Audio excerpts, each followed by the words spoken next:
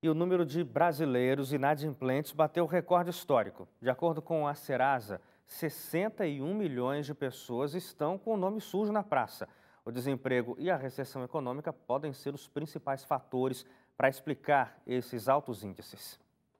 O Brasil tem 61 milhões de pessoas com o nome sujo na praça. Os dados são da Serasa Experian, que aponta para um novo recorde. Entre abril e maio deste ano, 900 mil pessoas a mais foram incluídas na lista de devedores, porque atrasaram o pagamento de contas. E o crescimento dos calotes acompanhou o desemprego e a queda da renda das famílias. Somadas, as dívidas em atraso alcançaram mais de 274 bilhões e meio de reais em maio. É como se cada pessoa devesse cerca de 4 mil reais. São incluídos no cadastro de inadimplentes da Serasa consumidores que não pagam dívidas, como empréstimos, faturas de cartão de crédito e contas de água, luz e telefone, por exemplo.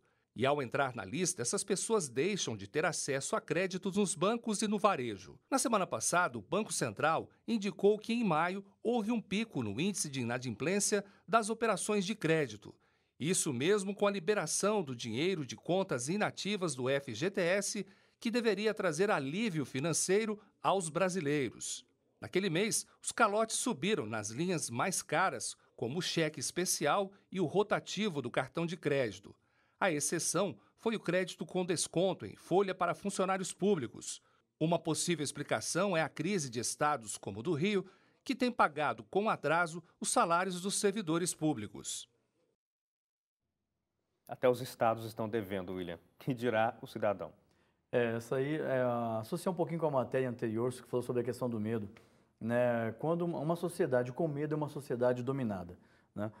A pessoa tem medo de perder o emprego, ela vai se colocar em uma situação de aceitar condições insalubres de trabalho, precarização de trabalho, uma sociedade dominada pelo medo da questão financeira, que tem a ver com o emprego, mas ela vai aceitar as condições de juros, tanto que um dos maiores problemas de inadimplência é justamente a questão do crédito, né? Cartão de crédito, cheque especial e outras linhas também. Primeiro porque nós temos uma situação que nós temos uma taxa de juros ainda alta. Embora tenha caído a taxa Selic, os bancos não estão fazendo a parte deles, que é baixar a taxa de reduzir os juros dos seus produtos financeiros. E nós temos uma situação da falta, né? Nem inércia econômica, nós temos da estagnação econômica, da queda econômica e esse crescimento ainda muito tímido, né? que é discutível também. Então, o que acontece? Uma sociedade que está desempregada é uma sociedade que fica acuada. Ela deixa de investir, ela deixa de querer crescer muitas vezes com receio, com medo de que futuramente ela possa ter problemas maiores. Então, toda essa situação da inadimplência, o que antes vinha caindo, agora nós tivemos essa retomada e vemos cada vez mais que a questão do FGTS inativo não serviu tanto para o crescimento econômico, mas sim para poder se pagar algumas dívidas ou até mesmo poupar, em detrimento da situação de restrição de crédito.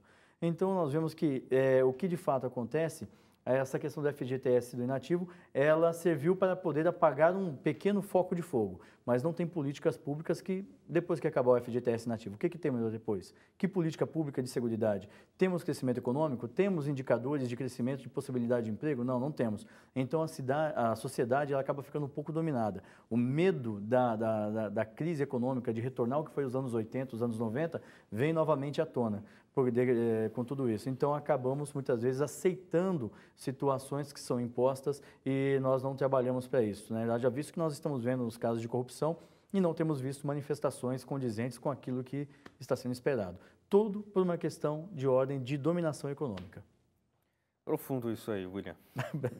Agora, você estava falando sobre a questão do desemprego, Sim. que acho que a face mais cruel de uma crise é o desemprego. A gente está com 14 milhões de pessoas que não conseguem se recolocar no mercado. Apesar de que a gente teve agora 2 meses seguidos de abertura de vagas com carteira assinada, né, abril e maio, mas ainda está longe do patamar ideal, não é?